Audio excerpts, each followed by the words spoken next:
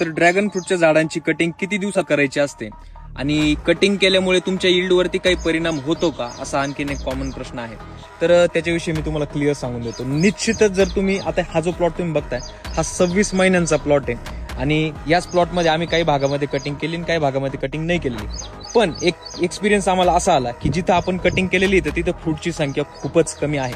आता इथं या साईडला जर तुम्ही बघितलं तर इकडे पर पोल आपल्याला 40, 50, 55 फ्रूट एका पोलवरती आपल्याला बघायला मिळतात. आणि इथं तुम्हाला दाखवतो की एज तेवढंच आहे, 26 महिन्याचा प्लॉट आहे. पण इकडच्या साईडला आम्ही रोपांची ऑर्डर असल्यामुळे कटिंग केलेली होती. आता हे जे तुम्ही निशाण बघताय इथं आपण झाडाची कटिंग केलेली आहे. तर इथं फ्रूटची संख्या खूपच कमी आहे. पर पोल फक्त एक 10-15 फ्रूट सेट झालेले.